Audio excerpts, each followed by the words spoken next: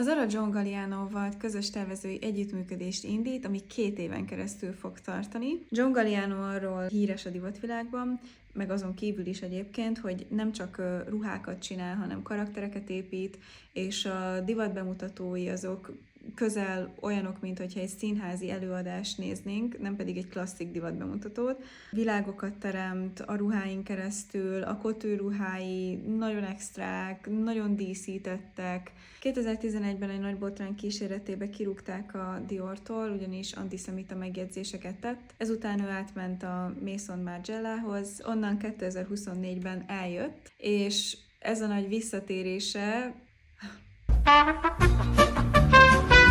A couture ruha nem csak ruha, hanem műalkotás, és nem csak funkció, hanem identitás is egyben. Nem csak a design az, ami a couture ruháknál lényeges, hanem maga az a designnak a kivitelezési tudásának a csúcsa.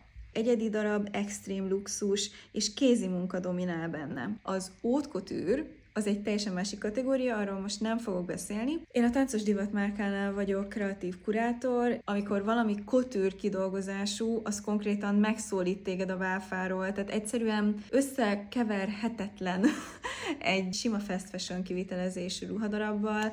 Úgyhogy most, amikor van ez a John Galliano, Zara, ez kicsit egy olyan dolog, amikor így a piramis csúcsát, majdnem a piramis legaljával szeretnénk összekeverni. Maga az, hogy egy fast fashion lánc előállítson couture minőségű ruhákat, vagy inkább a couture minőséghez közelítő ruhákat, ez fizikailag képtelenség. Ha csak a Zara öltözőibe, minden egyes öltözőbe, amikor bemész, fogod várni egy umpalumpa, egy mini varrógéppel, és amint felpróbáltad, rádigazítja a ruhát, és ott beszűkíti neked és rátszabja, mert ez a couture lényege.